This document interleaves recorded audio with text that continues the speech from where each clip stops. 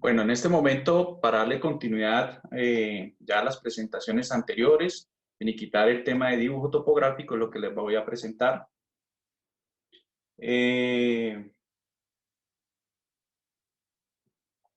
Reviso algo, aquí está. Bueno, listo.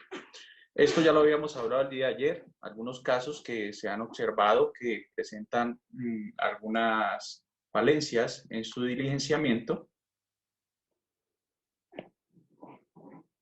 Podemos observar efectivamente en una curva cómo se toma un punto de referencia A y se extiende una cuerda, como yo les decía, a esta zona, de acuerdo pues a las imágenes que se pueden observar en Street View, esta zona no es plana, como es una pendiente la curva, en esta zona hay unas edificaciones, aquí hay una acera un poco a desnivel. Entonces, el problema es cómo extender esa cinta métrica y mantenerla allí para poder tomar todas las demás mediciones en ángulo de 90 grados, ¿no? Y vemos efectivamente en la tabla de medidas a la derecha que no se está llevando a cabo la utilización del método de coordenadas cartesianas ni triangulación, sino hay una serie de medidas ortogonales allí. Que eso presentaron falencias posteriormente precisamente en la posición final de los vehículos, ¿no? Aquí, este también lo habíamos indicado del día de ayer, donde vemos que también es un caso del año 2019, donde se observa que se utiliza, que no se indica qué método es, se habla de un punto de referencia, creo que es el número del poste, ¿sí? Se ubica que es el punto A y B, se ubican entre 0.50 y como decía David anteriormente, estas medidas cuando son muy cortas entre puntos de referencia A y B, pueden generar que el ángulo sea demasiado amplio, obtuso, casi aproximadamente a los 180 grados, o que sea, en este caso, un ángulo demasiado agudo, demasiado cerrado y puede generar errores en la toma de mediciones. Y precisamente cuando hacemos o intentamos hacer la reconstrucción de las posiciones finales, vemos en el recuadro rojo que se encuentra la ubicación de los dos puntos. Bueno, esa ubicación de los dos puntos que ustedes observan ahí no es precisa.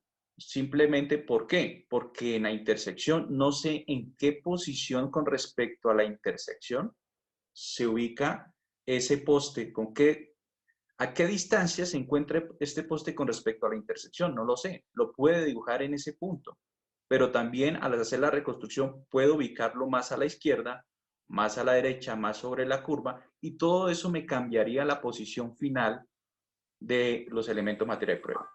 Por eso ese poste que ustedes fijan a veces cuando estamos en una intersección, hay que tomarle medidas con respecto a la intersección formando plano cartesiano haciendo proyección de los andenes o sardineles.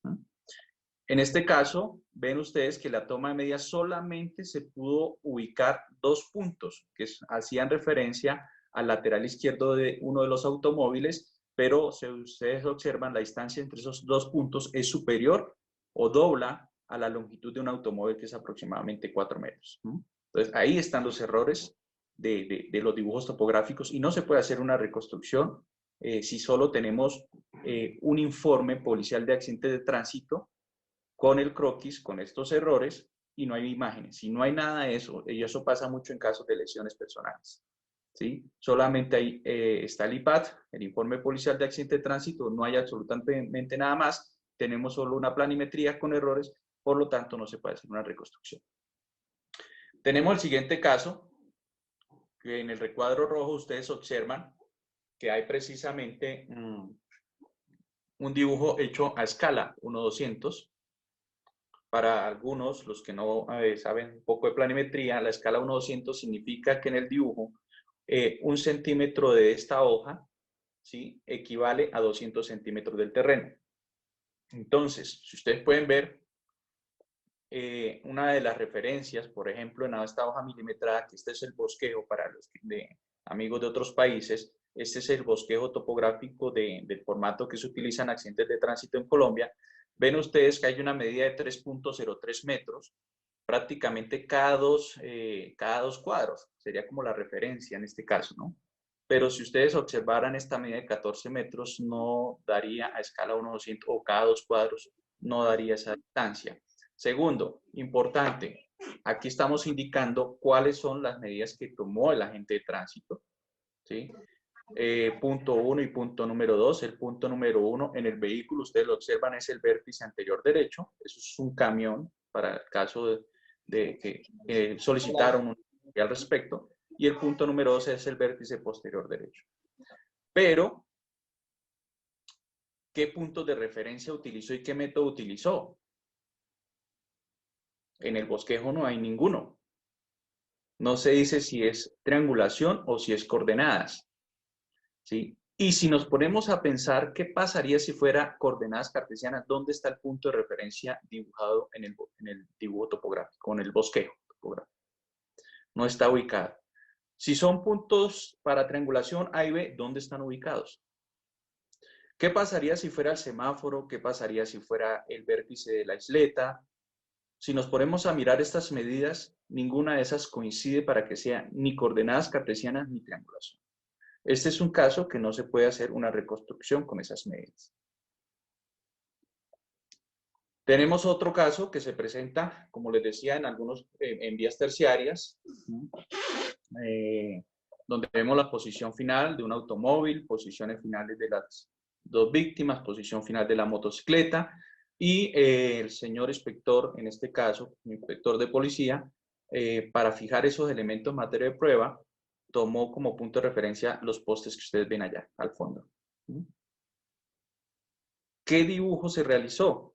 Este es el dibujo que realizó el señor inspector. Un dibujo que realmente no se entiende, no se puede hacer una reconstrucción con esas medidas que él tomó. Y tomar esas medidas a esos postes que ustedes observan aquí, los postes se ubicaron en el sitio cuando se hizo la inspección al lugar de los hechos, se ubicaron los dos postes, pero si nos ponemos a hacer una medición radial, o esta medida de 46 metros, otra de 33, como les decía, no hay un ángulo, solamente hay un radio de una circunferencia de 46 y otro de 33, pero esas posiciones finales, cómo se sacan esos ángulos, etcétera, no está el dibujo de la vía. Bueno, y esta es la vía donde se presentaron los hechos. Aquí ustedes pueden observar los dos postes. Es difícil cuando los postes están muy alejados de la vía, es difícil tomar unas medidas y que realmente haya precisión de esa cinta métrica para medir. Primero, la cinta métrica me imagino que debe ser de 50 metros, como lo que debió utilizar. Y segundo, tener una cinta métrica que esté totalmente alineada, horizontal, ¿sí? Aquí vemos la posición de los puntos de referencia, pero estas posiciones que estoy ubicando sobre esta curva de la vía simplemente es con base en lo que se puede observar en las fotografías y esa calidad de esas imágenes, de esas fotocopias que nos entregaron. Es un aproximado, aquí no estamos hablando de precisiones, exactitudes. Es difícil hacer una reconstrucción cuando hay falencias en el dibujo topográfico. Aquí tenemos posición final de la víctima. Entonces, como aquí no, lo que estoy presentando más que todo es la vía, el diseño de la vía y de qué lugar, cuando usted está en el lugar de los hechos con estas características de la vía, ¿cómo voy a tomar medidas si no hay una línea de borde definida o un borde de la calzada definido? Entonces, como lo mencionaba anteriormente el amigo Nathan, hay que llevar unas estacas, algunos elementos que nos permitan ubicar unos puntos, por ejemplo, donde estuve con el señalizador, unos puntos, clavar allí esas estacas que me permitan y que tengan al menos uno de ellos coordenada geográfica y a partir de él sacar unas mediciones, ¿sí? Y realizar triangulación de todos los elementos materiales. Aquí tenemos otro caso donde vemos la posición final de un taxi, dos motocicletas y una de las víctimas. En una vía de una calzada, doble sentido de circulación vial para esa calzada, posición final de la motocicleta, permítanme, bueno, sí, tenemos las posiciones finales, vemos algunas deformaciones en los ejes delanteros. Aquí es importante recordarle a los investigadores que estén en campo o al perito que hace inspección a vehículos, ser muy precisos en la toma de la distancia entre ejes de los vehículos. Esa es una medida aparte de la fijación topográfica que hace uno, o planimétrica, y que se coloca en la tabla de medidas. Tomar la distancia entre ejes. Cuando hay un impacto frontal de una motocicleta contra un objeto fijo, contra un vehículo, se puede estimar la velocidad a partir de la distancia entre ese acortamiento que existe del eje delantero cuando hay ese impacto contra un objeto fijo.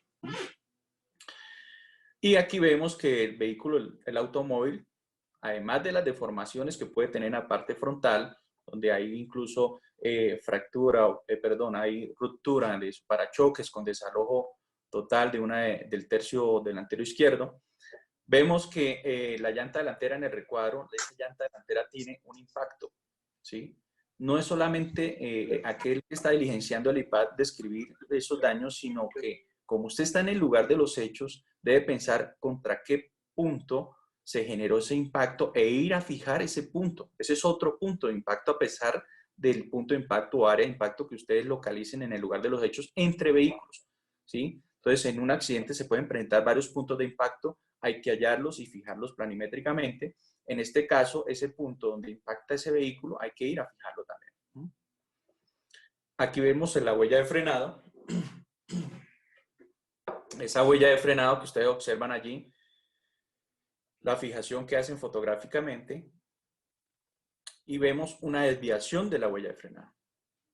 Pero vemos la zona donde impacta el automóvil y que obviamente el único impacto que se pudo generar esa deformación o bueno, ese rastro que hay en el sardinel, lo hizo la llanta trasera derecha. Entonces, con esta información y con este cambio de trayectoria de la huella de frenado, tenemos otro punto de impacto. Aquí tenemos dos puntos de impacto que estamos indicando.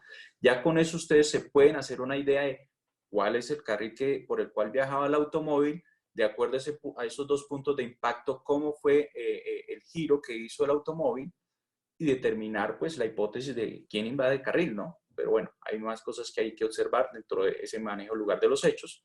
Vemos esta fotografía muy buena, la que toma la policía en este caso, ¿sí? Ese testigo métrico es de 15 centímetros.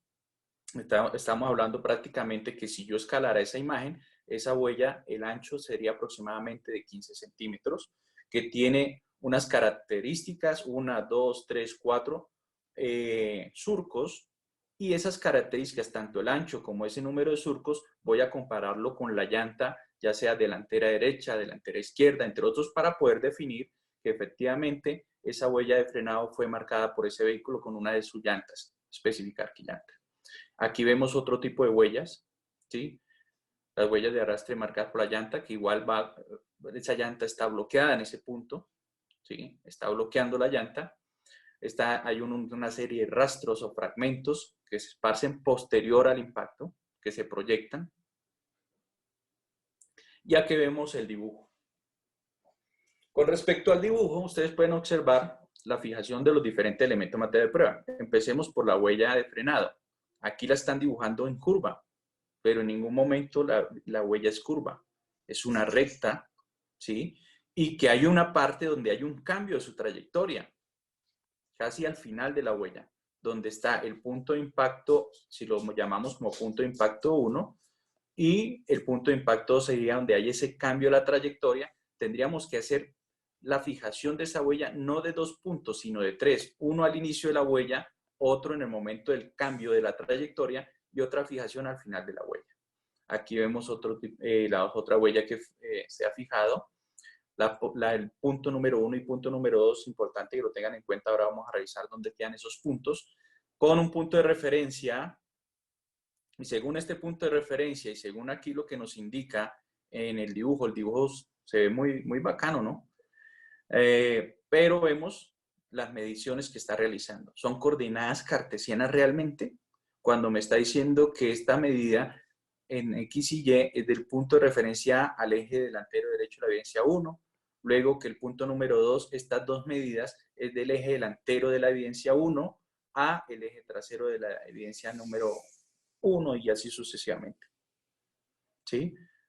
Realmente sería coordenadas cartesianas, porque cuando estamos hablando de coordenadas cartesianas, todas las medidas en X y en Y van es al punto de referencia directamente, no entre puntos. Ahí estaríamos hablando de un ortogonal, pero bueno, se intentó hacer la reconstrucción y esto fue lo que encontramos cuando en la tabla de medidas que ustedes observan aquí en el software a la derecha, lo que hice fue importar esas medidas, bueno, registrarlas mediante coordenadas cartesianas y vemos el punto de referencia. Bueno, aquí es importante el punto auxiliar donde se ubica. Estábamos hablando de este dibujo que se veía muy bien, que precisamente se supone que eran coordenadas cartesianas, pero la descripción que está realizando aquí la autoridad de tránsito es muy diferente a lo que son coordenadas cartesianas.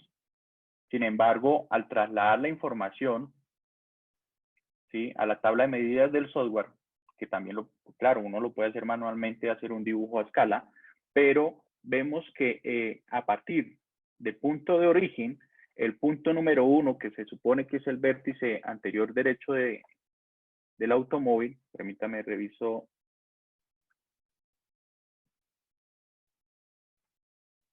El punto número 1 es el punto de referencia al eje, al eje delantero derecho de la evidencia número 1.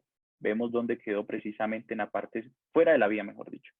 Aquí vemos el punto número 2 y 3, que se supone son los vértices del automóvil.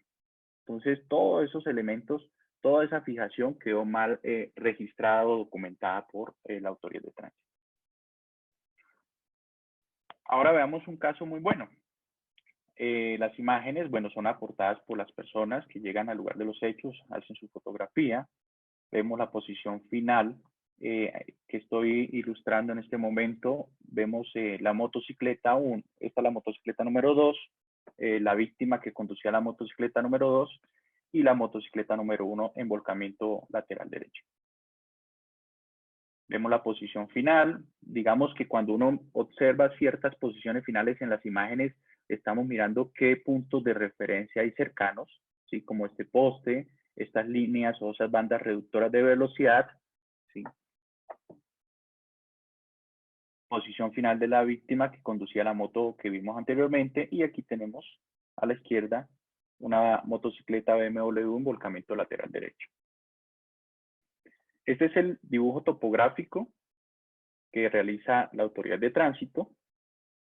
Muy bueno el dibujo, yo lo había compartido ahí en el grupo de Facebook, donde precisamente el problema era la identificación del punto de referencia, porque hay varios puntos y no sabemos frente ni siquiera ese punto de referencia, primero qué punto de referencia es, y si ese punto de referencia es un poste, si tiene algún número de identificación y en qué zona se ubica realmente ese poste, ¿no? Entonces, claro, lo documenta como el kilómetro 18, buscamos el punto de referencia o ese poste de kilometraje, ¿sí? Pero el kilómetro 18 puede estar en cualquier tramo. Recuerden que en las vías nacionales hay tramos que van a tener 70 kilómetros, van a tener 100, y hay varios tramos de vía. Y ese kilómetro 18 puede ser o del tramo número 5, del tramo número 6, del tramo número 7, ¿sí? ¿Y de qué vía es? Vía Neiva-Castilla, claro. Pero las vías nacionales tienen una identificación que es la ruta. Entonces debemos ubicar cuál es la ruta y en esa ruta cuál es el tramo, y el 18 es el poste de kilometraje o el kilómetro número 18 más 400 metros. Pero a 400 metros tengo varios postes. Entonces hay que identificar, pero entonces la única forma de identificarlo fue ver esos puntos de referencia que vimos en las imágenes, como ese poste, que la víctima haya quedado y las motocicletas muy cercanas a ese poste, y así para hacer esa reconstrucción. Pero bueno, la fijación, que es lo que hemos venido hablando durante toda la mañana, vemos que en coordenadas X y Y lo documenta, y ustedes pueden observar que cuando es coordenadas cartesianas, el punto número 1 al 12 hay un aumento, si es en orden que estamos tomando esas medidas.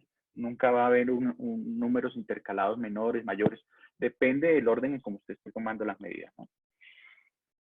El inicio de las huellas, la longitud de las huellas en la parte inferior derecha, ustedes observan que la huella número 1 tiene 8 metros con 20 centímetros de arrastre, y la huella número 2 de 15 metros con 60 centímetros de arrastre, ¿sí?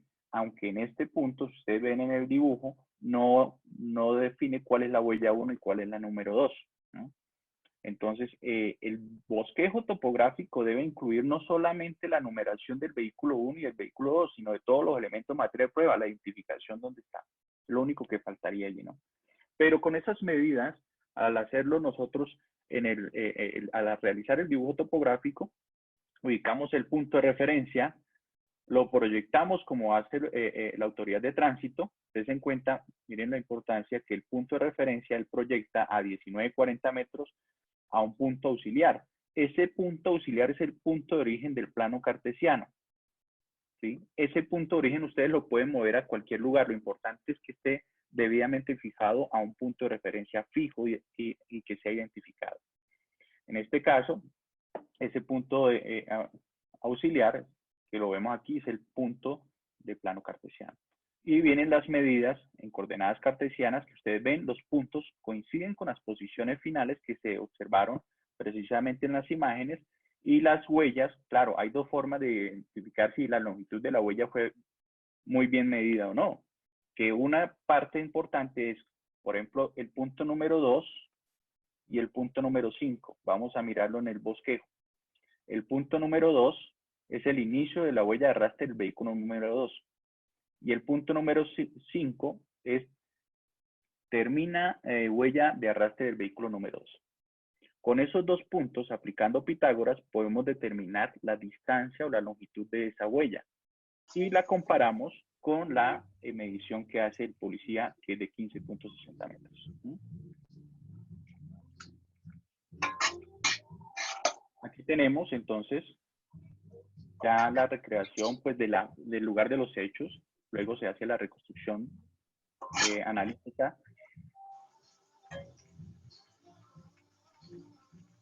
Y vemos que las posiciones finales de las motocicletas y de la víctima están iguales como se observan en las fotografías que fueron aportadas a la investigación. Aquí ya viene lo que es el análisis del área de impacto. ¿Cómo ustedes en el lugar de los hechos pueden hacer ese análisis de esa área de impacto? Tienen unas huellas que marcaron en el volcamiento de las motocicletas. Ustedes hacen un análisis retrospectivo de las evidencias, ¿sí? Y van a encontrar esa área de impacto, y ahora deben analizar las posiciones que tendrían las dos motocicletas al momento de la colisión. Si esa posición relativa es un ángulo lineal, están una detrás de la otra haciendo una colisión por alcance, por ejemplo, que le llamamos en algunos casos. Otros puede ser formando ángulo, o un ángulo recto, o un ángulo agudo, un ángulo oblicuo. Pero eso de qué depende del análisis que ustedes en el lugar de los hechos le realicen a las motocicletas de esas deformaciones que tuvieron.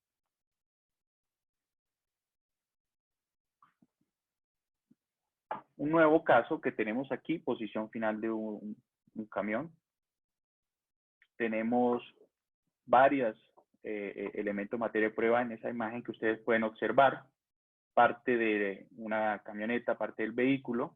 Aquí a la izquierda ustedes están viendo unas huellas, ¿sí? Huellas de frenado, ¿sí?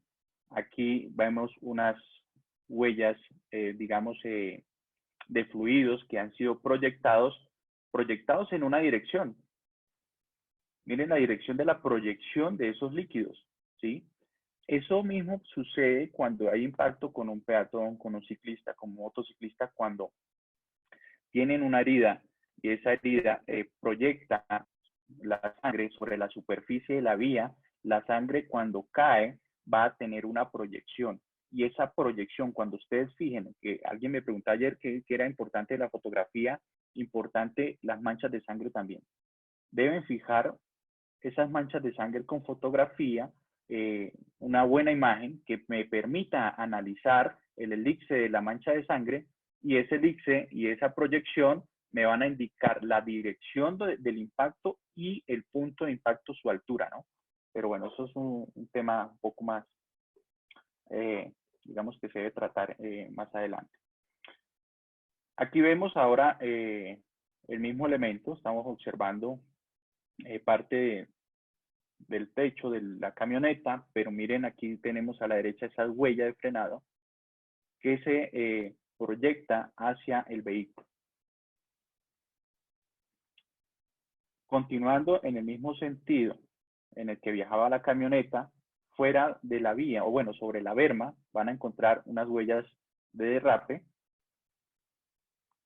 unas huellas de llanta también de arrastre, y posteriormente pues hay unos arrastres metálicos en la parte inferior y arrastres sobre la zona verde.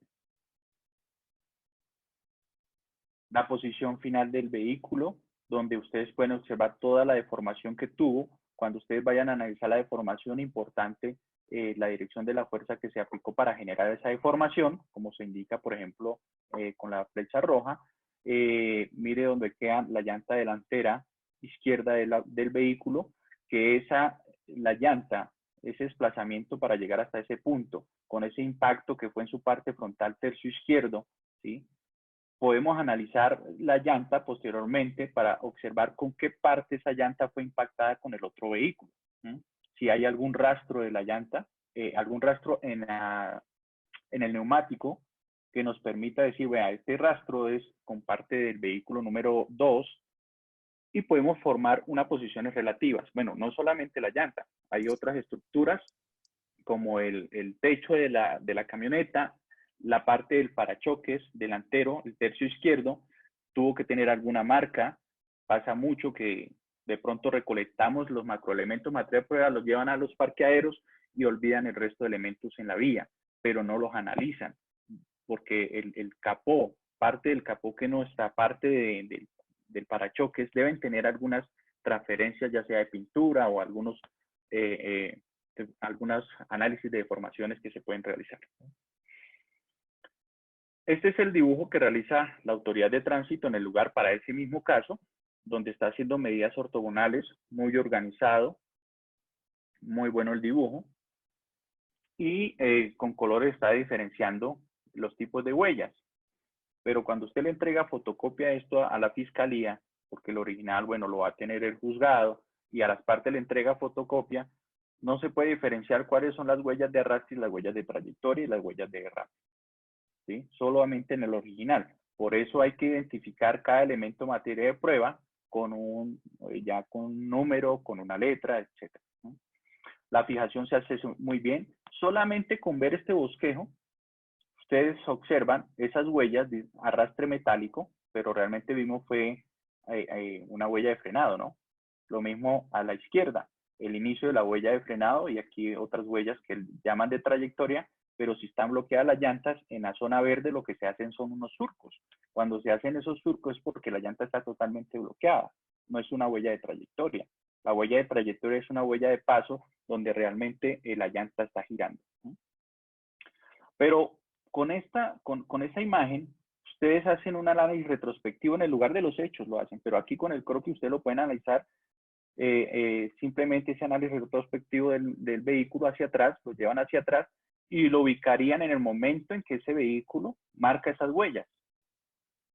Y entonces uno dice, bueno, ¿qué posición tenía el vehículo momentos antes de la colisión? ¿Y cuál sería el punto de la colisión? ¿Sí? Ese es un caso, sucedió en el año 2019, aquí está la parte inicial del IPAD. Es importante que en el IPAD ubiquen las coordenadas cartesianas, las coordenadas geográficas. En la coordenada geográfica lo pueden hacer con su celular, descargan una aplicación, ¿sí? Y ubican esa coordenada. Claro, pueden tener algunos ciertos márgenes de error, pero lo importante es ubicar el área donde sucedió el accidente. ¿sí? En el IPAD, ya lo habló muy bien el señor Mayor, con la resolución 0011268, se me fue un 8 ahí, del año 2012, donde ustedes pueden documentar cómo diligenciar el respectivo formato, la vía donde se presentó el accidente, ya habíamos dicho importante, la vía, por ejemplo, Neiva-Castilla, tiene un nombre, una ruta en las vías nacionales, qué ruta es, qué tramo es, que ese es el código que se podría registrar aquí, ¿no? En las vías nacionales está, entonces sería la ruta, por ejemplo, la ruta 45, tramo 05, ese sería el código de la ruta, ¿ya? Y el kilometraje más X metros donde se haya presentado el accidente. Con esto podemos nosotros también analizar con estas coordenadas en Google Maps, ingresar y ubicar el lugar de los hechos de una manera más fácil y pues analizar las características de la vía. Por ejemplo, hay casos de hace 5 años y con esas coordenadas podemos, como ustedes saben, Google Maps en Street View va a tener algunos imágenes por fechas, ¿no? Las características del lugar, qué tipo de accidente se presentó, en qué área se presentó. El área es un área rural, ¿sí? Las características de la vía número 2, toda la columna izquierda es la que se diligencia. Si usted escribe que es recta, no hay problema. Si escribe que es pendiente, ¿cuál es el ángulo de la pendiente? Eso no está en el bosquejo topográfico. Pero en los formatos, ustedes saben que hay una casilla que le dice cuál es la pendiente para la vía 1 y la vía 2 y cuál es el radio de la curva. Son datos que deben ustedes suministrar, porque los peritos del Instituto de Medicina Legal no van al lugar de los hechos. Y otros peritos del CTI, entre otros, no se puede ir al lugar de los hechos, pero se necesita esa información para reconstruir el accidente y determinar cómo se presentó y por qué se presentaron los hechos, ¿no? Y así sucesivamente. Luego tenemos los datos del vehículo. Importante, la línea del vehículo, pues de allí se obtienen unas características técnicas después con su ficha técnica. Seguir marcando en X. Y lo importante aquí, descripción de los daños materiales. Si no le alcanza este cuadro para poder describir los daños que usted observa en el vehículo, pues puede anexar una hoja, pero para eso está también el formato de inspección a vehículos. O simplemente anexar una hoja donde usted pueda describir técnicamente esas deformaciones que observa en el vehículo. Y en el lugar de impacto está dividido en tercios. Entonces no es hacer una elipse o una figura, sino es rellenar el recuadro donde se encuentra debidamente el lugar de impacto, ¿no? Lo mismo pasa aquí en este vehículo que ustedes vieron en la camioneta donde estaba el impacto. El impacto realmente está en la parte frontal tercio izquierdo. Claro, afectado del resto. Ustedes deben rellenar el recuadro en ese tercio donde se ha presentado el lugar de impacto, no la deformación. Porque el vehículo pudo dar 3, 4, 5 cuartos de vuelta, quedó totalmente deformado, pero no es rellenar entonces todo de negro aquí el vehículo, sino el lugar de impacto. ¿Cuál es el primer impacto entre las masas, ¿no? Lo de la hipótesis, lo que documentábamos ayer, ¿cuál es la hipótesis? ¿Quién invadió el carril? Aquí pues colocaron que para el vehículo número 2, claro, yo les decía a ustedes ayer al terminar la conferencia, sea del vehículo 2 o sea del vehículo 1, usted no está diciendo que hay una responsabilidad, ¿no? Hay una causa, que hay una invasión de carril por parte de uno de los conductores. Que no se debe o se debe colocar, se puede colocar. Es más, eso le sirve al fiscal porque usted le está diciendo cómo enfocar la investigación. Ahora, si usted no le escribe vehículo 1 y vehículo 2, ¿qué pasa cuando el accidente es entre un peatón y un automóvil? Se supone que el código de la hipótesis es para el automóvil, puede usted colocar, por ejemplo, 116, exceso de velocidad, y al peatón le coloca... Ya terminó de hablar, porque si no, esas son preguntas que le están haciendo. 409, y no le está colocando a qué vehículo ni a qué participante, pero cuando usted habla de 409 sabe que es para el peatón, ¿sí? Entonces la hipótesis va a uno de los actores viales, ¿sí? Que si usted coloca que fue falla mecánica, usted coloca la falla mecánica si el impacto entre un vehículo, un automóvil y un peatón, pero usted dice, claro, hay un impacto, pero fueron fallas mecánicas, usted coloca cualquiera de los códigos de la 200, pues usted está diciendo que la causa es directamente al vehículo, ¿no? Entonces, una hipótesis es algo que puede o no puede suceder, que sí, que tiene que ser muy objetivo. Por eso estas clases, ustedes se han dado cuenta que lo estamos llevando a que usted analice muy bien las evidencias allí en el lugar de los hechos. Mire cuáles son las trayectorias de los vehículos, pero no porque le esté preguntando al conductor. Es su análisis. No le pregunte al conductor porque entonces el otro falleció y entonces ¿cómo quedamos con la entrevista al otro? No, es su análisis a las evidencias, a las posiciones finales, a esos rastros de las huellas, y usted va a decir cuál es la trayectoria de los vehículos y cuál sería la hipótesis del accidente. Puede ser una, puede ser dos, puede ser tres. Bueno, entonces con ese mismo caso, como ustedes ya vieron, la hipótesis que colocaron fue el vehículo 2. El vehículo 2 es la camioneta, ¿sí? La camioneta blanca, donde le colocan exceso de velocidad e invasión de carril, que es la 157. Ahora, analícenlo ustedes. Vamos a analizarlo. Ustedes me van a decir si realmente, o bueno, no necesariamente que me lo digan, pero van ustedes mismos a analizar este caso, como si estuvieran en el lugar de los hechos. Ustedes van a decir si realmente él invadía carril la camioneta o el camión furgón, ¿sí? Aunque el croquis era muy claro, siempre y cuando el croquis esté bien dibujado y hay muy buenas medidas. Pero ahora a partir que ustedes estén en el lugar de los hechos, ahí ven los surcos que se generan en la zona verde, que es por el bloqueo de las llantas. Claro, hay unas huellas de arrastre metálicos, pero estas que se generaron aquí es porque arrastraron al vehículo después de que lo sacaron con una grúa, ¿no? ¿Sí? Esto fue, este video que hicimos fue 8 días después a los hechos ocurridos.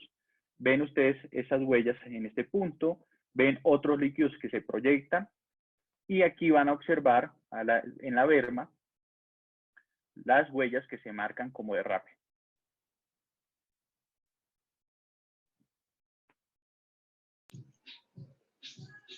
Huellas de arrastre de llanta, otra huella de derrape. Entonces ustedes están observando que ese vehículo dio varios giros allí, ¿no? Hay una rotoralación de ese vehículo del tipo camioneta. Que con la ayuda, como lo comentaba el amigo David, ustedes hacen fotografía. Claro, en este caso, si utilizamos un dron, podemos tomar una fotografía cenitales, como también lo habló el amigo Enrique, donde vamos con esas fotografías a hacer fotogrametría y vamos a tomar la longitud de esas huellas y nos van a ayudar mejor que estar ahí directamente en el lugar de los hechos. Aquí ven ustedes la longitud de la huella de frenado sobre la zona verde, que es de 13 metros. Tenemos huella de frenado de 22,59, ¿sí? Desde el punto donde inicia, que se puede ver más claro, cuando yo amplío la imagen. ¿Sí? Se necesita también a veces el dron que tenga, en el caso de un dron, que tenga buena cámara. ¿Sí? La otra huella de frenado, que es de 8,54, las huellas de derrape. Esas huellas de derrape, si yo amplío la imagen, las voy a observar donde tienen un radio. Ustedes, para fijar estas huellas, importante que fijen el inicio de la huella, el centro y el final de la huella, cada una, ¿sí? Y pueden también sacar el radio de la curva con una cuerda y sajita. Ustedes ya han manejado algunos el tema, donde, por ejemplo, aquí tenemos los radios de las diferentes huellas. Con el radio de una huella puedo también tener una estimación de una velocidad durante esa maniobra, ¿no? Entonces, pero para verlas realmente, para analizar mejor el lugar de los hechos, vamos a presentar esas dos imágenes, vamos a analizarlas con mayor detalle. Entonces, estas son las huellas o los surcos que marca precisamente el camión cuando entra a la zona verde con su llanta bloqueada. Ustedes ven esas huellas de arrastre metálico que hacen hendiduras en la capa asfáltica, es porque, claro, después de que la grúa lo saca, marcaron esas huellas, ¿no? Entonces hay que diferenciar después, por eso es importante que se haga, si es de noche el accidente, vayan al otro día y tomen esta serie de imágenes o fijen esas huellas que ellas pueden continuar en el tiempo. Eso fueron 8 días después, ¿no? Entonces vemos las huellas de frenado que se marcan, vamos a verlas con mayor detalle. Y miren hacia dónde se proyectan las huellas de frenado. Si hago ese análisis retrospectivo de la posición final del camión, me voy hacia atrás, miren la llanta derecha llega prácticamente al centro de la calzada, o si unimos las líneas de color amarillo, las líneas de carril, ¿no? Aquí inicia la huella de frenado de la llanta delantera derecha. Entonces, la izquierda, ¿dónde estará? ¿O dónde estaría el vehículo su llanta delantera izquierda en ese momento? La ubicaríamos aquí a la izquierda, ¿no? Bueno, en la parte superior de la imagen. Y ahí nos coincide con una serie digamos, que quedaron líquidos allí esparcidos, impregnados en la superficie de la vía, y mire esa proyección que hay de esos líquidos en dirección hacia dónde, fuera de la vía, hacia la línea borde, y miren esta huella que ustedes pueden observar, donde empieza ese derrape. Entonces, está muy cerca la huella de derrape donde inician, aquí ustedes la pueden ver, donde inician esos derrapes, está muy cerca, demasiado cerca, casi que diríamos que paralelos al inicio de la huella de frenado del camión. Vamos a ver la segunda imagen. Como les decía, estoy presentándoles aquí en la parte donde digamos, cerca a la línea amarilla, el inicio de la huella de frenado del camión de la llanta derecha, los líquidos que fueron proyectados, esparcidos sobre la superficie y inicio de la huella de derrape. Ustedes ven aquí las huellas de derrape, continúan. Y esas huellas de derrape lo llevan hasta la posición final. Entonces, es fácil determinar quién invadió carril en este caso, ¿sí? Y si estamos de acuerdo todos con lo que hemos mostrado, el que invadió el carril completamente es el camión. Pero aquí la autoridad de tránsito le atribuye la invasión de carril como hipótesis a la camioneta, ¿no? Entonces, con los diferentes elementos de materia de prueba podemos obviamente rechazar esa hipótesis, hacer un buen análisis físico de las evidencias, hacemos una reconstrucción para determinar, o bueno, sustentarle al juez por qué el camión es el que invadía carril. Entonces, finalizamos la presentación de casos, se habló de coordenadas cartesianas y triangulación, como lo mostró el señor Mayor, y también obviamente David, donde hablamos de unos puntos. Por ejemplo, ustedes ven aquí el punto A. El punto A es como si fuera el punto 1. Aquí simplemente un poco trabajando con un programa que se llama GeoGebra, es gratuito.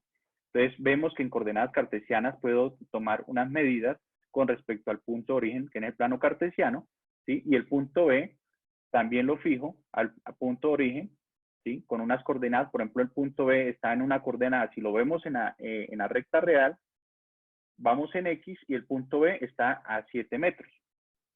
Pensemos en metros, ¿sí? Y con respecto al eje Y, subimos y está a 3 metros. Si nos vamos aquí, donde está al lado izquierdo, donde está la tabla de medidas, decirlo así, el punto B está en la coordenada 7,3. Eso es lo que hay que hacer en el dibujo topográfico. El punto C y D son elementos que se han fijado y como ya se ha dicho por los otros participantes, que efectivamente es la unión donde intersecan las dos circunferencias, por ejemplo la C, donde intersecan las dos circunferencias de color rojo, y el D, donde intersecan las dos circunferencias de color azul. Continuando aquí con un bosquejo, bueno, no es muy bueno la imagen de la fotocopia que nos entregaron. Vemos que la fijación que hacen a los dos vehículos, una motocicleta, un automóvil, punto A y punto B, aquí lo identifica muy bien el agente de tránsito. El punto A, poste transformador, ¿sí? Y entre A y B hay 380. Entonces vamos al lugar de los hechos, vamos a observar cuáles son los puntos que tomó el agente de tránsito. Está la vía donde se presenta ese giro a la izquierda, digamos hacia ese sector es donde se presenta el accidente. Los dos vehículos viajaban en el mismo sentido y uno de ellos hace un giro a la izquierda impactando la motocicleta.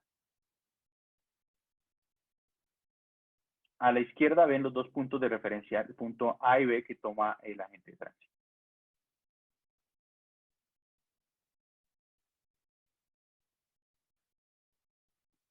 Entre A y B son 3 metros 50 fue lo que tomó él. 380. Entonces, esas medidas que él toma entre A y B, tenemos 380, vamos a registrar todas las medidas que toma con respecto al punto de referencia A, al poste número 1 que él tomó, y la de B, punto de referencia 2, el poste que también estaba allá al lado, ¿no? Cuando podemos hacer esa reconstrucción con esas medidas, vemos efectivamente que el punto 1 y 2 coinciden donde queda la posición final de la motocicleta, pero el punto 3 y 4 se alejaron completamente. ¿Por qué? No se entiende por qué. Y la medida entre los dos puntos coincide con los 380 cuando nosotros vamos a hacer inspección nuevamente al lugar de los hechos. Tienen que tener mucho cuidado en la toma de mediciones. Punto 3 y 4 quedaron demasiado lejos. No se puede ubicar al vehículo. Para ubicar el vehículo al automóvil hay que observar ahora las fotografías. Por eso es importante la fijación fotográfica. Quedan 5 minutos. Ahora, en el caso de qué debo medir, o como ya lo mencionó el señor Mayor, simplemente yo proyecto los sardineles y encuentro un punto de referencia.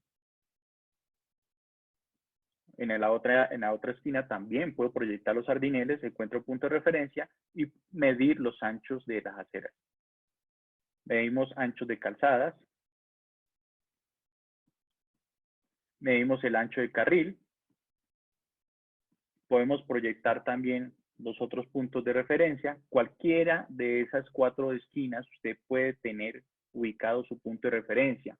Porque si lo hace a un poste, como les dije anteriormente, ese poste en qué parte de la intersección queda. Puede quedar más o hacia el norte, hacia el sur, más retirado de la línea roja, por ejemplo, ¿sí? O más cercano al punto de donde intersecan las 2 líneas rojas. Si se mueve ese punto dentro de un plano, pues obviamente se van a mover los elementos materiales. ¿Que se pueden utilizar 2 métodos a la vez? Sí. Aquí, por ejemplo, les ilustraba para ese mismo caso, si yo tomo la esquina de la parte inferior derecha, ¿sí? En coordenadas cartesianas, proyecto la cinta métrica hasta el último elemento materia de prueba y tomo la medida en amarillo. Ustedes ven la medida en amarillo hasta el vértice posterior izquierdo, en X, serían medidas en negativo, ¿no? De aquí nos puede dar 30 metros, pero en negativo. Y la medida en Y. Lo mismo para el vértice delantero izquierdo. Entonces, desde el punto de origen hasta el vértice posterior izquierdo y en Y. En triangulación, si ustedes quieren hacer triangulación, no necesariamente tiene que ser de 2 postes, 2 alcantarillas, 2 esquinas, 2 puntos fijos, no. En la geometría se permiten proyecciones. Entonces, por ejemplo, en la esquina de la intersección, en la esquina de la parte superior izquierda, estoy tomando punto de referencia. Y a partir de ese punto de referencia tomo 10 metros, lo que yo quiera, puede ser 10, puede ser 20. Usted es el que maneja el lugar de los hechos. Y a partir de ahí voy a tomar una medida que es perpendicular a esos 10 metros, perpendicular a la vía. Y tomamos esa medida hasta el centro, o bueno, la línea amarilla. Ahí puedo marcar el punto A. Y luego continúo con la medida perpendicular a la vía, ¿sí? Y ubico el punto B. Y a partir de esos puntos que ustedes ven ahí en rojo y amarillo, puedo fijar la parte posterior o 2 vértices del automóvil y puedo fijar, estaba hablando de triangulación, puntos de referencia que estaba indicando, punto auxiliar A, punto auxiliar B, y ubico la motocicleta con las 2 líneas amarillas hacia las 2 flechas rojas hacia el punto auxiliar A, la flecha verde del vértice delantero, del eje delantero hacia el punto de referencia B y del eje trasero hacia el punto de referencia B. Esas son las medidas que se podrían hacer en triangulación. Tenemos las medidas para una intersección donde hay, no están alineadas los bordes de la vía, ¿cierto? Como ustedes lo observan allí. Claro, yo les estoy indicando con las flechas amarillas la trayectoria que llevan los vehículos antes del impacto. Uno de los vehículos venía en sentido contrario. Pero yo debo analizar del punto de impacto hacia atrás. Así que debo fijar toda la intersección y no fijarla completamente en línea recta como acostumbramos a hacer. No, hay un desfase en la vía. Entonces, ¿yo cómo voy a fijar ese desfase en la vía? ¿Cómo lo voy a medir? Porque ustedes, la idea es que hagan sus dibujos topográficos o que el IPAD, cuando usted lo diligencie, si lo va a hacer a escala, lo haga de manera rápida con sus escuadras y con, obviamente, estas indicaciones. Primero, ancho de calzada, proyecto un sardinel, proyecto el segundo, pero si este ángulo entre esas 2 líneas amarillas no es recto, no es un ángulo de 90 grados, entonces tomemos el ángulo. ¿Cómo medimos ese ángulo? Lo pueden hacer por el teorema del coseno, 3 medidas y lo desarrollamos. Después de eso, tomamos el ancho de calzada, generamos una línea paralela con ese ancho de calzada y proyectamos la segunda vía. No necesito sacar el ángulo, así sea diferente o si es diferente al de arriba.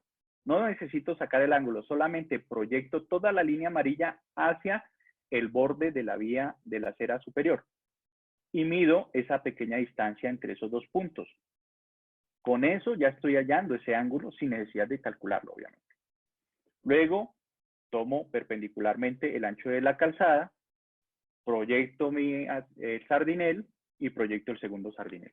Cuando yo proyecto el segundo sardinel, tengo mi punto de referencia y puedo empezar a hacer medición por coordenadas cartesianas al punto número 1.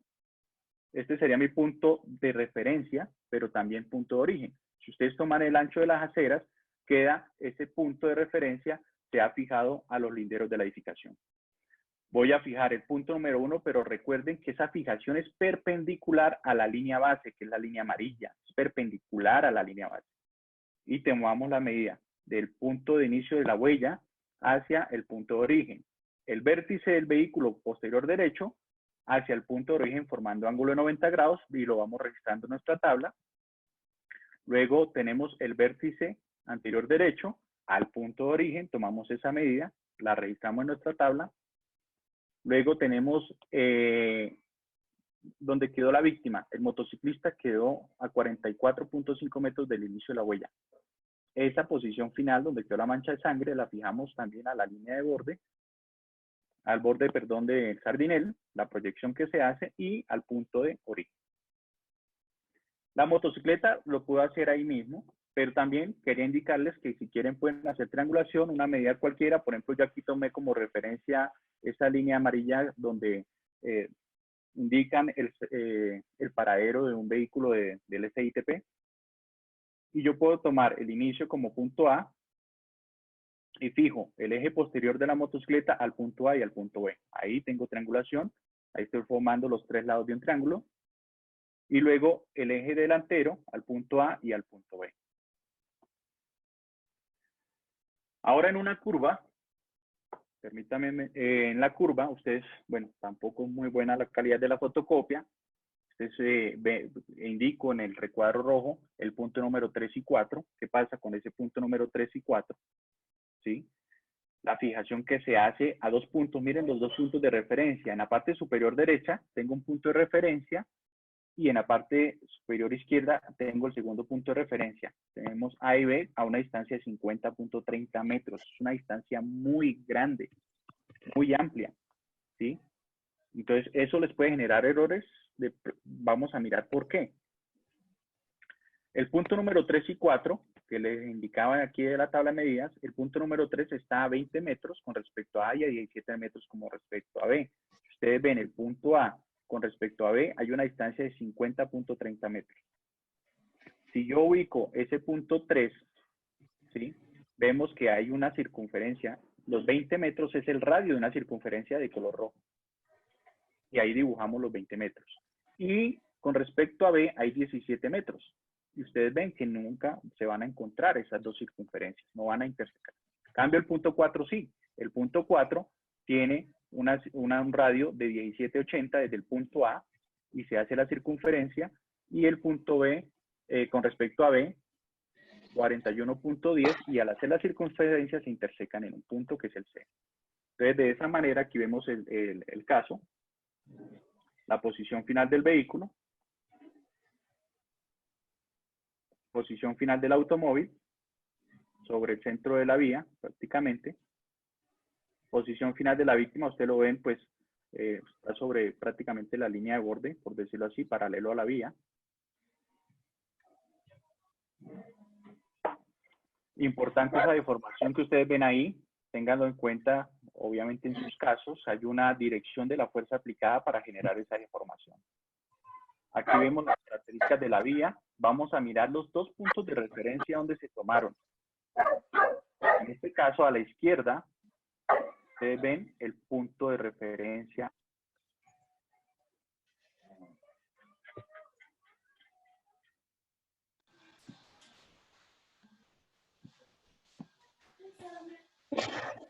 Y el punto B es el que ustedes observan ahí detrás del automóvil. Entonces, esas distancias tan largas, y más cuando tenemos presencia de arbustos y otros elementos, ustedes tienen que ver que efectivamente no tengan ningún problema para medir y que la cinta métrica no vaya a tener ondulaciones, no vaya a tener interrupciones con arbustos, etc.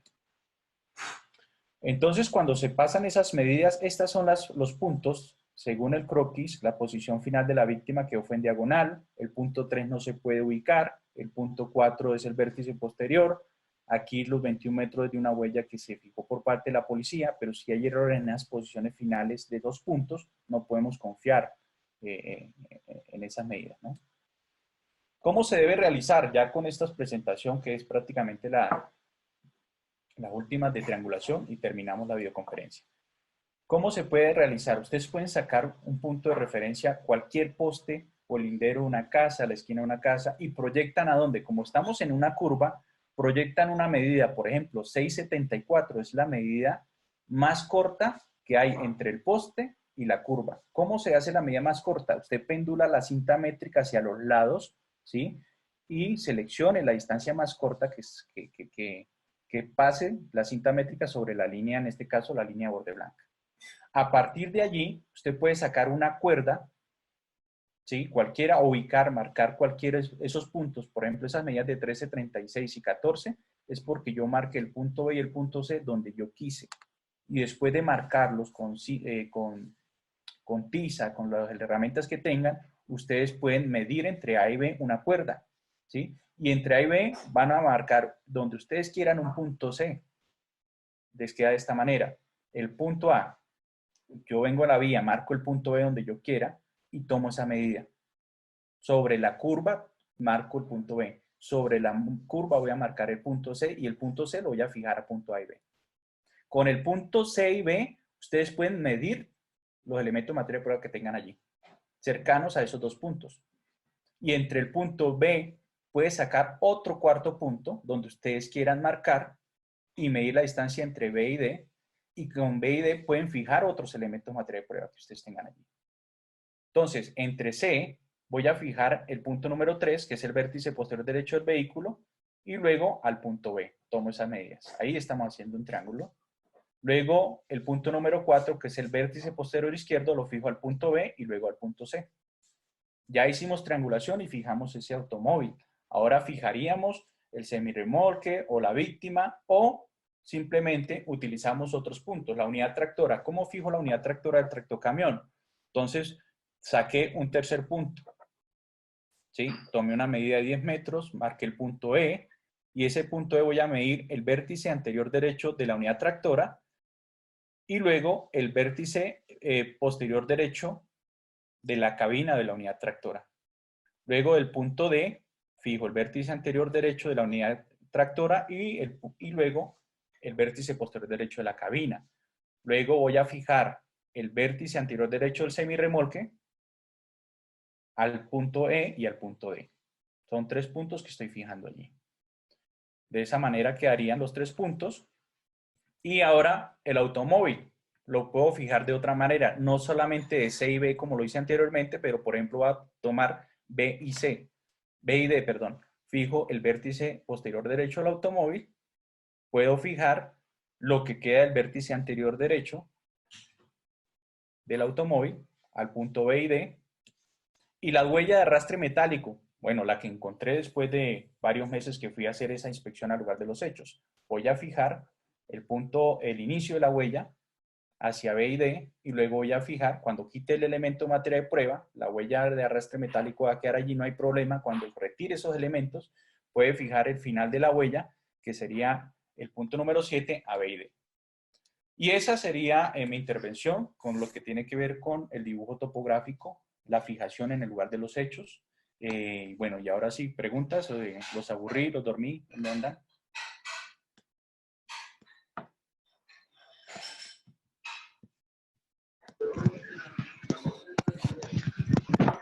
Bueno, la pregunta de pronto desde Bucaramanga es sobre la huella. La certeza que se pueda tener de que esa huella de arrastre metálico que se fijó ahí proceda precisamente de ese mismo siniestro. ¿Qué elementos se tienen de referencia para eso? Importante el álbum fotográfico. Permítanme, ¿ahí me están escuchando? Sí. Sí, se lo estamos escuchando. Bueno, importante es comparar, claro, lo que estoy documentando, lo comparo con lo que hizo la policía judicial, la fijación fotográfica, esas huellas que hay ahí en ese punto, ¿cierto? Y con eso voy a hacer una relación de la posición del inicio de la huella y su posición final con respecto a la línea central. ¿Qué ángulo estará generando? la longitud, entre otras cosas que uno debe tener en cuenta, ¿no? Una duda que me ha surgido pues a raíz de la práctica es que es un error que se comete la mayoría de agentes o de policía al trazar las trayectorias sin tener un elemento físico, material probatorio, una investigación totalmente concreta, ya que simplemente trazan las trayectorias y eso de entrada le va dañando el panorama, tanto por ejemplo en Antioquia a los inspectores de tránsito o a los jueces. Entonces no sé qué recomendación daría usted en esos casos o en esos eventos. Muchas gracias. Pero discúlpeme, me concreta la pregunta, por favor. Discúlpeme que me distraje. Lo que pasa es que hay viendo unas, por ejemplo, en el ejemplo de las dos motos que dibujan unas trayectorias. Objetivamente, ¿en qué se dibuja o en qué se basa el policía de tránsito para dibujar esas trayectorias? Y es lo único que hizo fue ir después del evento y por lo que veo ambas personas fallecieron. Entonces, ¿qué consejos les daría a esos policías, a esos agentes de tránsito? Porque la verdad, eso daña la imagen y daña la percepción de realmente cómo se dañó o ocurrió el accidente de tránsito. Bueno, es que los agentes de tránsito y todas las autoridades de tránsito están capacitadas para, primero, la fijación que hemos venido hablando, pero para hacer ese análisis de esas proyecciones, es como lo he venido comentando, hay que hacer un análisis retrospectivo de las evidencias porque hay unas posiciones finales y hay unas huellas de arrastre metálico, y las huellas de arrastre metálico son en línea recta, ya sean diagonales o paralelas a la vía, pero la posición, su inicio y final de las huellas de arrastre demuestran muy fácilmente esa trayectoria de los vehículos al momento del inicio del arrastre y continúan hacia su posición final, ¿sí? Con eso podemos nosotros determinar esas trayectorias. Edwin, buena tarde. Te hablo aquí de la ciudad de Cali.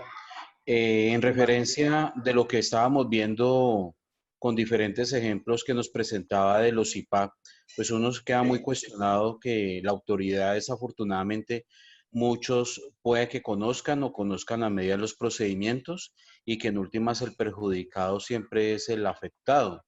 En esos casos, cuando buscamos una entidad como ustedes o en el caso de muchos compañeros que están aquí, trabajan haciendo peritos o ayudando en esas investigaciones, ¿qué se puede hacer realmente frente a esos casos cuando se demuestra de que esos formatos fueron más diligenciados?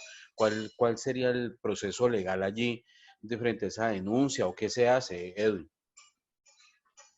Bueno, me lo preguntas de la parte técnica o jurídica, porque de la parte jurídica, bueno, ustedes tienen otras instancias, pero desde la parte técnica, digamos que nosotros o el perito, ya sea el Estado o los que estamos en la parte privada, lo que empezamos es a trabajar, primero analizar la geometría de la vía que sea correcta, porque hemos visto, no mostré, pero hay agentes de tránsito que dibujan una vía recta cuando es curva, sobre todo cuando el radio de la curva es bastante amplio.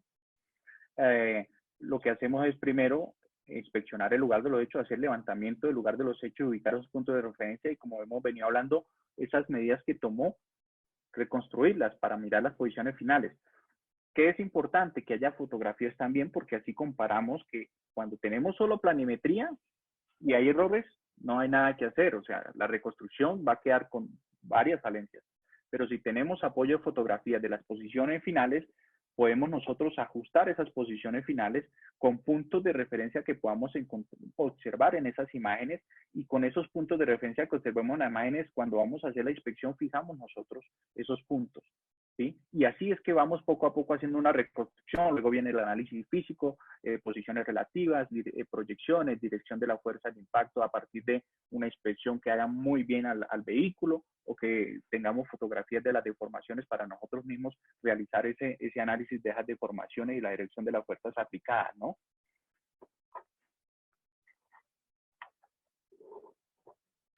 Muy bien, Edwin, gracias. Con gusto. Licenciado, una pregunta. Edwin, ¿me podría regalar la diapositiva donde está el croquis, por favor? ¿Me la dejas en pantalla para ver algo? ¿Cuál de todos?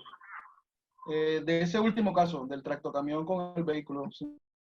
Ajá.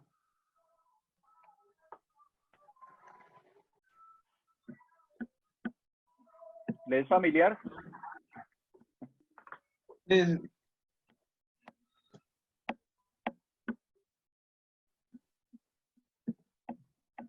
¿Alguien tiene otra pregunta? Una preguntita, Edwin. Señor. ¿Postes se toman como punto de referencia si no hay otra alternativa? Porque había escuchado anteriormente que los postes, muchas veces viene otro vehículo, lo tumba, el poste se lo llevan y ese poste que uno había dejado como referencia se pierde ese punto de referencia. Sí, pasa mucho a veces en carretera. Es bueno que esos postes, por ejemplo, en zonas urbanas es fácil, el poste usted lo puede fijar directamente a la intersección o lo puede fijar a los linderos de una vivienda. En carretera es importante, si utiliza un poste de alumbrado público y eso, si es vía nacional, al poste de kilometraje.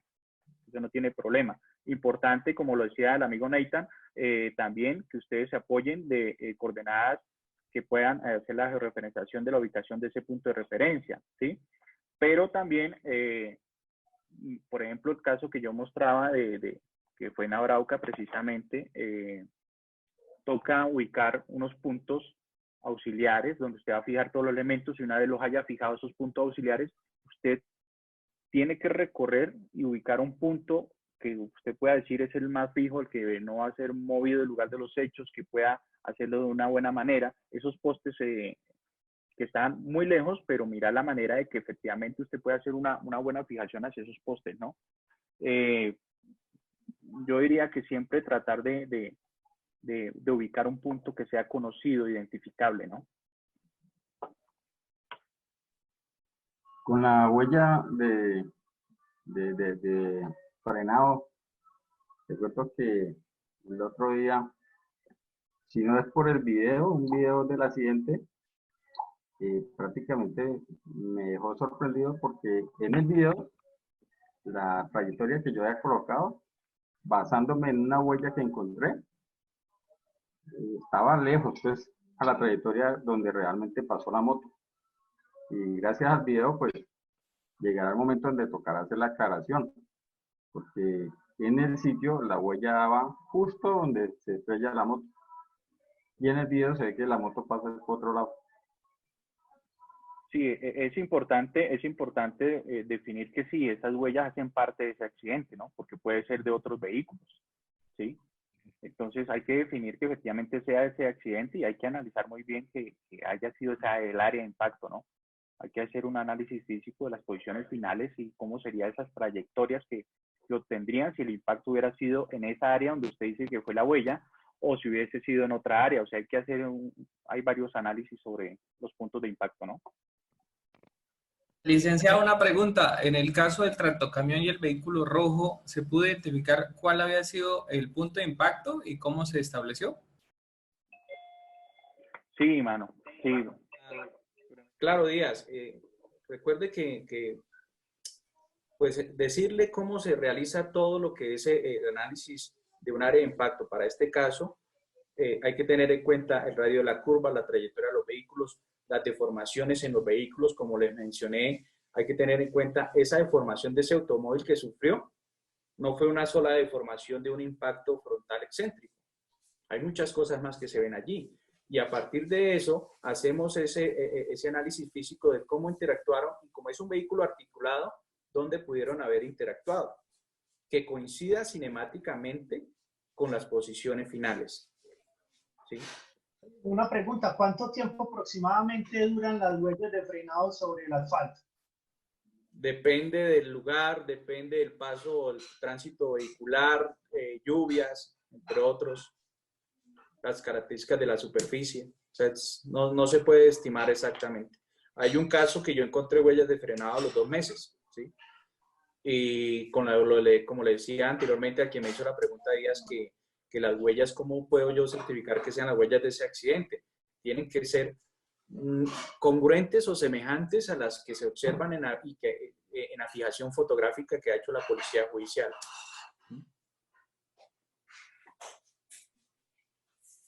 Muchas gracias. Con gusto, mano. Intendente, buenas tardes. Buenas tardes, mano. Habla Henry Vélez, intendente en uso de Buen Retiro. Misareto, una pregunta. ¿Usted nos puede explicar, por favor, el casito ese que usted tenía ahí, que era como un taxi en una trocha? Por favor, ¿nos puede ampliar la información de cómo se fija ahí en esos casos? Muchas gracias. Jefe, también está Nathan de Ecuador solicitando un minuto para mostrar algo sobre un software de cálculos. Ah, sí. Bueno, hagamos una cosa. Démosle porque no hay sea que nos vaya Nathan, porque acuerden que Nathan es oficial de la policía allí y también lo están requiriendo en cualquier momento. Entonces démosle paso al amigo Nathan un momentico, por favor. Y ya les respondo el tema de la fijación en vías terciarias.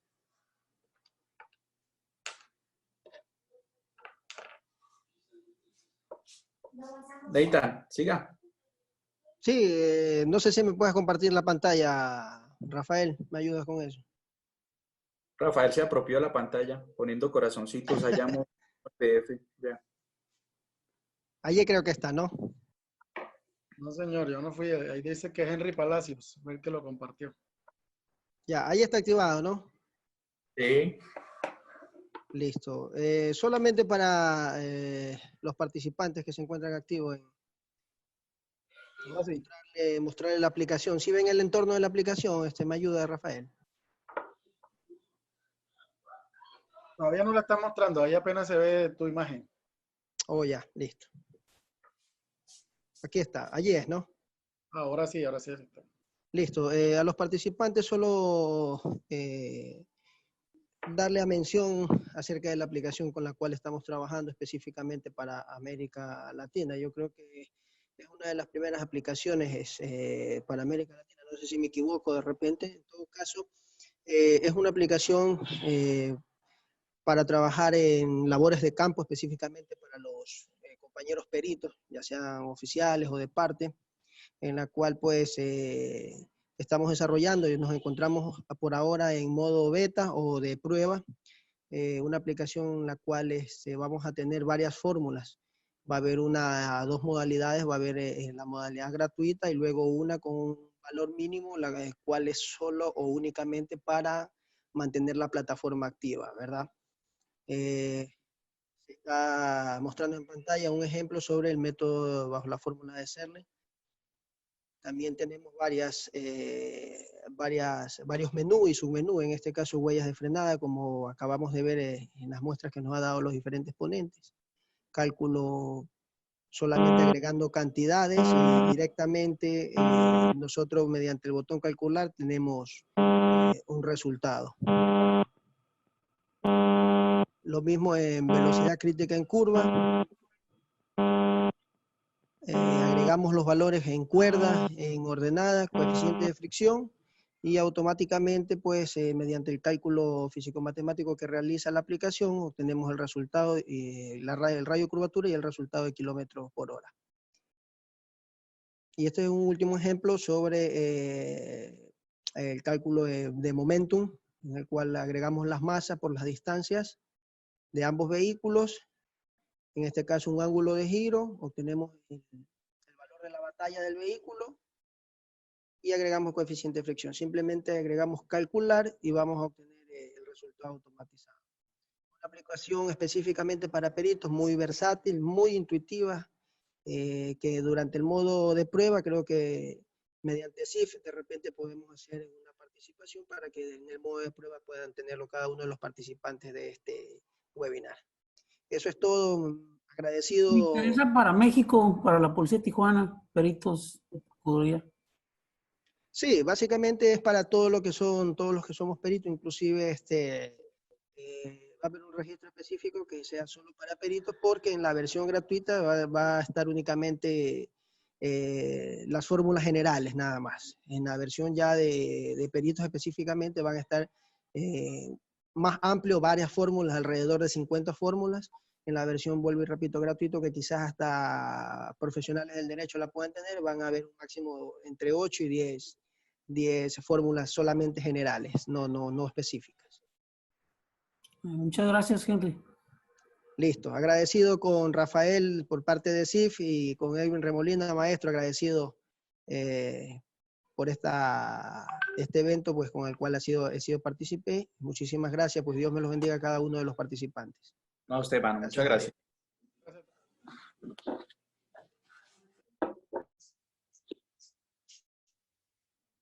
Entonces, Con la cámara, elegir de la biblioteca.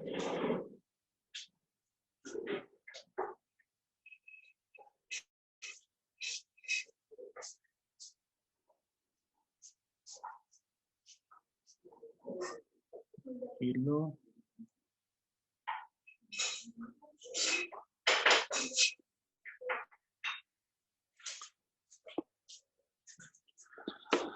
Listo, vamos a colocarlo en ese punto.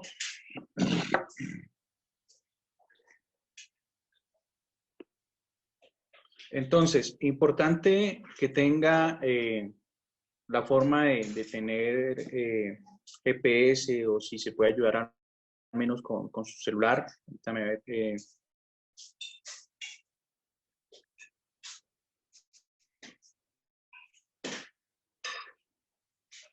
donde con su celular se puede ayudar, como observan en la pantalla, tenemos latitud 4 grados 45 minutos, 8 segundos norte, 74 grados subminuto, 37 segundos oeste.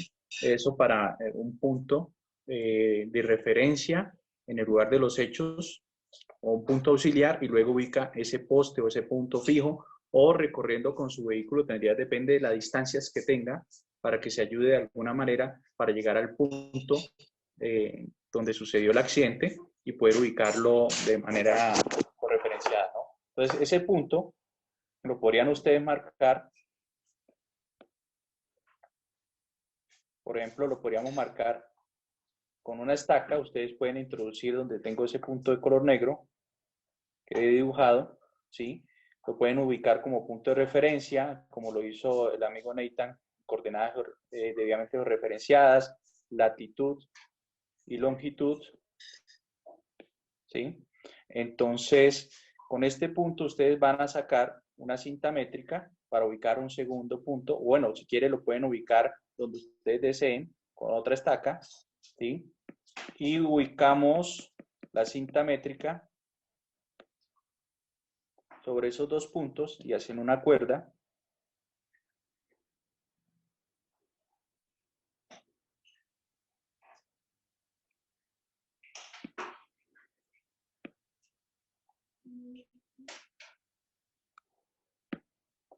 Y vamos a empezar nosotros a tomar medidas. Esa sería la cuerda, la distancia entre A y B. Y vamos a empezar a tomar medidas entre esos dos puntos a las víctimas. Entonces, por ejemplo, los pies de la víctima número 1, ¿sí? Hacia el punto B y hacia el punto A. Recuerden que ustedes deben tener una tabla de medidas donde van a identificar el número del punto con respecto a A, con respecto a B,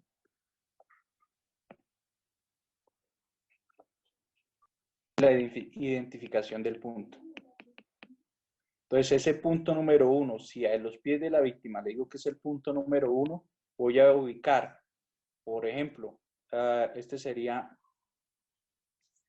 la medida en A y esta sería la medida en B. Ustedes, el punto número 1 con respecto a A, vamos a ubicar la distancia que dé de esa longitud de, por ejemplo, ese triángulo, que sería B, y del punto 1 al punto B, con A minúscula, que lo estoy referenciando.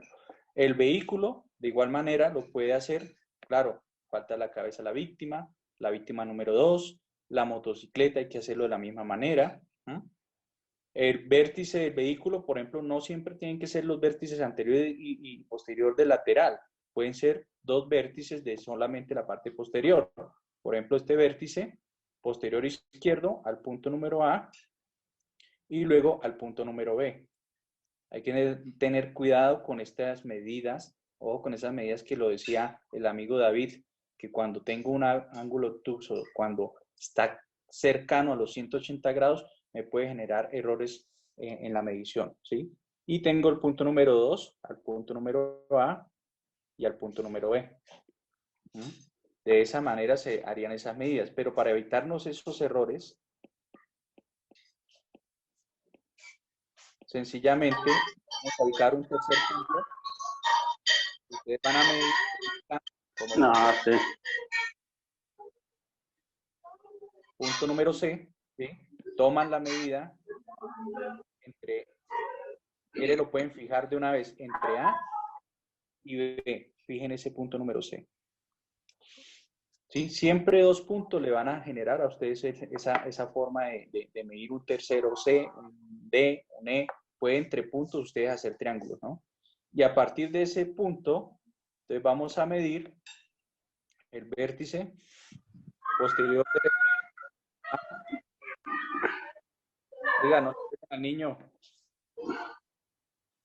Bueno. Disculpa, no sé si de pronto sería... En el caso de los que estamos aquí en Colombia, podemos, esta semana que entra, charlamos un poco al respecto para que no quede tan pesado el audio, el video de la...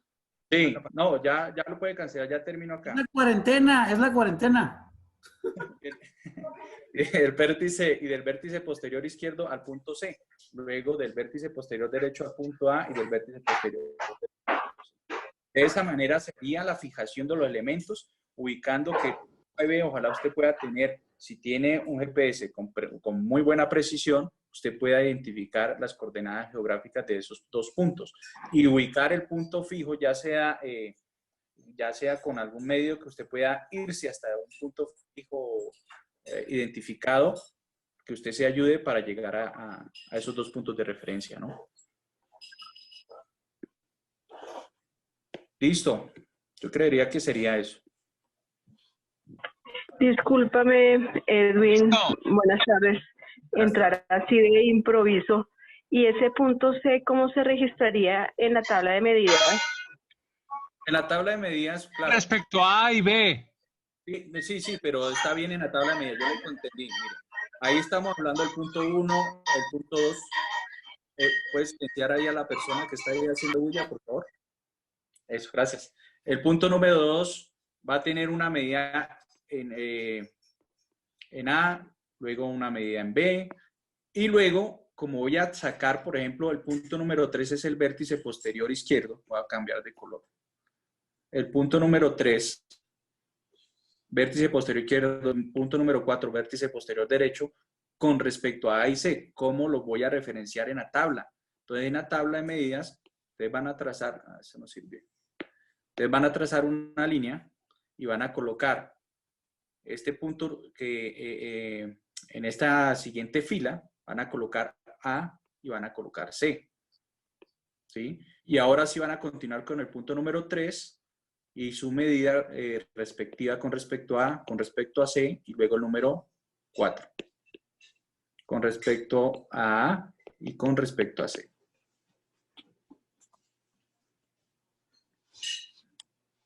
¿Sí queda claro? Me imagino que ya está preguntando. Sí, señor, perfecto. Y otra pregunta que te quería hacer, yo te la escribí, era, tú habías hablado hace un rato que se pueden usar 2 métodos de fijación en un mismo bosquejo. Quizás yo entendí mal. O sea, en un mismo bosquejo puede estar utilizando cartesiano y triangulación al mismo tiempo, y si es así, ¿cómo se registraría? O sea, como igual separando la línea. Igual. Usted debe identificar, y si quiere lo puede dejar en observaciones. Los puntos del 1 al 4 están con el método de triangulación y del punto número 5 al punto número 8 están con coordenadas cartesianas. Lo importante siempre es que haya una conexión entre los puntos de fijación, entre A, B y C, por ejemplo, ¿sí? Esos puntos auxiliares o esos puntos de referencia es importante la conexión, ya sea por triangulación también o ya sea por coordenadas cartesianas. Muchas gracias. Con gusto. Bueno, muchas gracias a todos los asistentes.